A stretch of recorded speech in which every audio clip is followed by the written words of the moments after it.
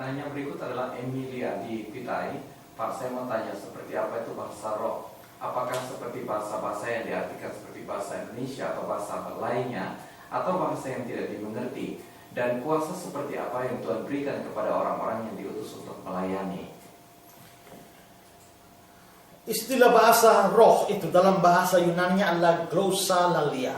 Dan kata glossolalia ini sebenarnya berasal dari dua kata, yakni glossa dan lalein. Glossa itu berarti lidah dan sebagai satu organ dari tubuh kita. Dan istilah ini dalam Alkitab itu muncul di dalam beberapa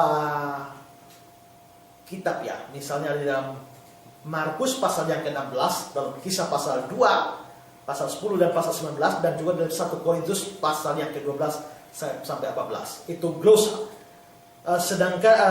Sedangkan atau kata glosa itu juga ya, itu sama pengertiannya dengan bahasa. Beberapa kali dalam Perjanjian Baru istilah ini dimaksudkan sebagai bahasa manusia secara umum. Jadi sesungguhnya bahasa atau glossa lalia atau glossa lalein itu sesungguhnya itu adalah bahasa manusia, bahasa yang ada di dunia ini yang digunakan hari-hari.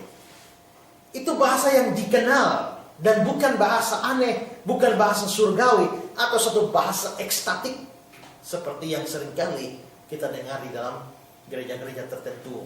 Ula bala bala bala bala sikila bala bala bala dan sebagainya. Itu satu ricuhan yang tidak diketahui apa maksudnya. Nah, pengertian semacam ini bahwa itu bahasa sungguh-sungguh itu didukung oleh beberapa fakta dalam Alkitab. Pertama adalah di dalam kitab Kisah Para Rasul pasal yang kedua. Itu dalam Kisah 2 dikatakan bahwa setelah penuh dengan Roh Kudus, murid-murid lalu berkata-kata dalam bahasa lain, seperti yang diberikan Roh itu kepada mereka untuk mengatakannya. Nah, bahasa apa? Apakah ini bahasa surgawi? Apakah ini bahasa ekstasi yang tidak dikenali? Sama sekali tidak. Bahasa-bahasa lain yang dikatakan mereka itu dinyatakan dalam Kisah 2 ayat 9 sampai 11, yaitu bahasa Partia, Media, Elam, Mesopotamia, Yudea, Kapadokia, Pontus, Asia, Frigia, Pamfilia, Mesir, Libya, dan Roma. Dan ini adalah bahasa-bahasa yang ada di dunia ini. Ini bukan bahasa surga yang dikenali, dimengerti oleh para pendengarnya. Karena itu dalam Kisah 2 ayat 8 dikatakan begini, bagaimana mungkin kita masing-masing mendengar mereka berkata-kata dalam bahasa kita sendiri, yaitu bahasa yang kita pakai di negeri asal kita. Selain itu, Kisah 2 ayat 6 sampai 8 ini menggunakan kata-kata dialektos. Kalau Kisah 2 sampai 6 ayat 8 ini ada kata bahasa ya.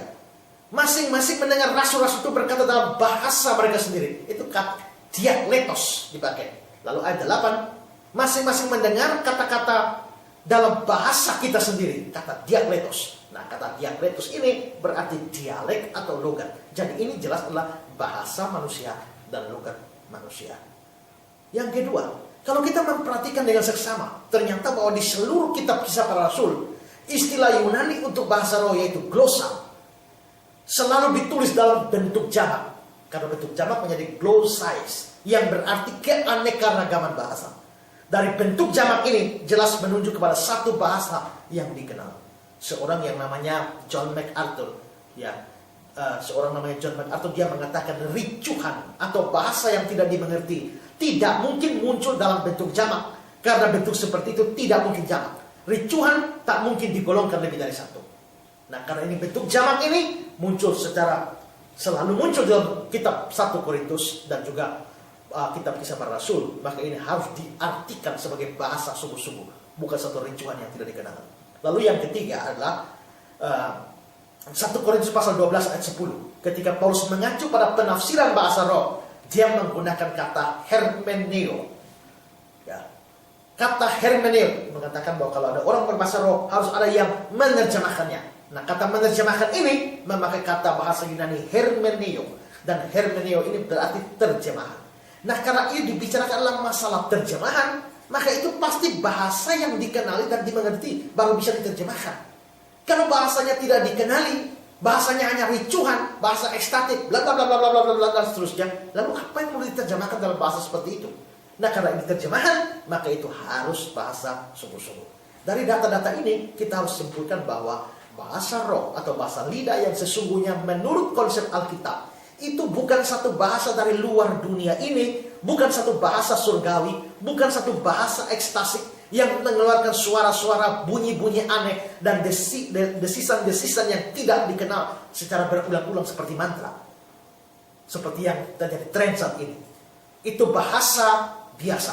Charles Ryrie, dia mendefinisikan bahasa roh atau bahasa lidah itu sebagai kemampuan yang diberikan Allah untuk berbicara dalam satu bahasa dunia yang tidak dikenal oleh orang yang berbicara. Kalau demikian muncul pertanyaan, nilai supernaturalnya di mana dari bahasa roh? Nilai supernaturalnya atau nilai adikorelatinya adalah terletak bukan pada jenis bahasanya, melainkan kemampuan berbicara bahasa-bahasa itu tanpa dipelajari sebelumnya. Jadi ini sama seperti ada angel lain yang tiba-tiba berbahasa Spanyol tanpa mempelajarinya lebih dulu. Walaupun mungkin orang yang mendengarnya tidak mengerti bahasa Spanyol, namun bahasa Spanyol itu ada di dunia, digunakan oleh orang Spanyol dan bukan bahasa dari luar dunia. Bahasa roh Alkitabiah adalah bahasa seperti ini.